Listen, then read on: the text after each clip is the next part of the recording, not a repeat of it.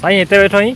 यार ना पुछ चना साहब, कारोबार शुरू कयो आहे गैस आहे कोन मातली शहर में। ऐं रेलवे ट्रैक आहे जेको असांजो मातली जो, ट्रेन उते हले कान थी। छेणनि जो वापारु कयो अथमि, ईमानदारी सोबर सोबर माण्हू VIP गाॾियुनि में अचंदा छेणा वठण जो गैस त आहे कोन।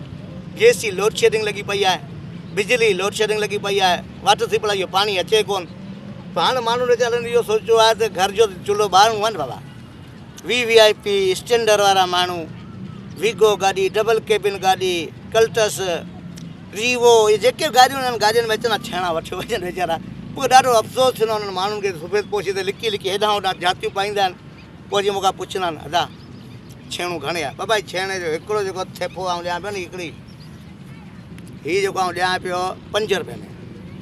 ईमानदारी वञनि ते सांझण कंदा आहिनि वीचारा, घर में चुल्हूं ठाहियो वेठा आहिनि। हाणे ऐं VIP कलर थिया पिया आहिनि घर में। हाणे हिननि जा कम लथा पिया आहिनि, घर सॼा धूं थिया पिया आहिनि।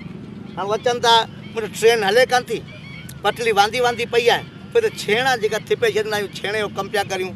ऐं 2 टे माण्हू कम ते लॻाए छॾिया आहिनि।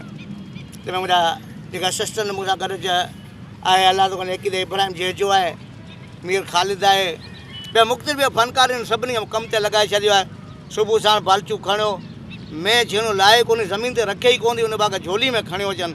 हिते अॼु थिपींदा आहिनि, हुननि खे तारीख़ ॾींदो आहियां। डेली 500 तारीख़ हिननि जी आहे। हीअ यकी लाइन जेका पटली आहे टने मोहम्मद खान ताईं, यका छेणा थिपिया पिया आहिनि। पर वीचारा कारोबार ते लॻा आहिनि, बेरोज़गारी लॻी पई आहे, नौकरियूं मिलनि कोन थियूं, बंगलनि ते अजाया वेठा जुतियूं घसीनि। पाण बाबा रोज़गार ॾिनो आहे हिननि खे। हाणे मूंखे चवंदो तूं इलेक्शन में बि वोट जो सही हक़दार तूं आहीं, त बेरोज़गार खे रोज़गार त लॻायो, घरनि जा चुल्हा ॿारिया पियो। अञा छा त करियां? इन ते माण्हुनि खे जेको सोच कान्हे का, इन ते माण्हू तनक़ीदूं कंदा वञनि, मूं ते छेणा पियो खपे, छेणा पियो खपे। बाबा कारोबार पिया करे, जेका साड़ खाए त भले साड़ हुजे, ऐं अञा अॻियां अंदरि छेणा पिया आहिनि, चोरी त कोन पियो करे। हले छेणो न खण भाई,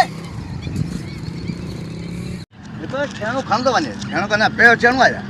छेणो मेन लाथो आहे। असांजे कारीगर जेके आहिनि कमु कनि पिया, उहो हीअ बाबा छेणो मुंहिंजो हितां खां वठी टंडे मोहम्मद खान ताईं ठीकु आहे, मुंहिंजो आहे। पोइ अॻियां असांजा प्यारा दोस्त आहिनि, शहज़ाद बोज़दार जो ठीकु आहे, हैदराबाद ताईं।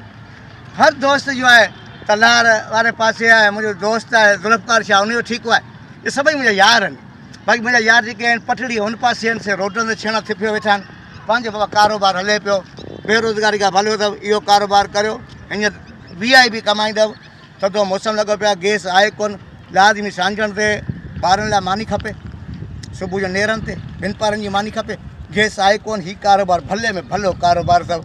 सॼे असां जेके मुंहिंजा यार आहिनि, सभिनी खे बेरोज़गार दोस्त जेके बि आहिनि, इहो कारोबार करियो, VIP कमाई आहे।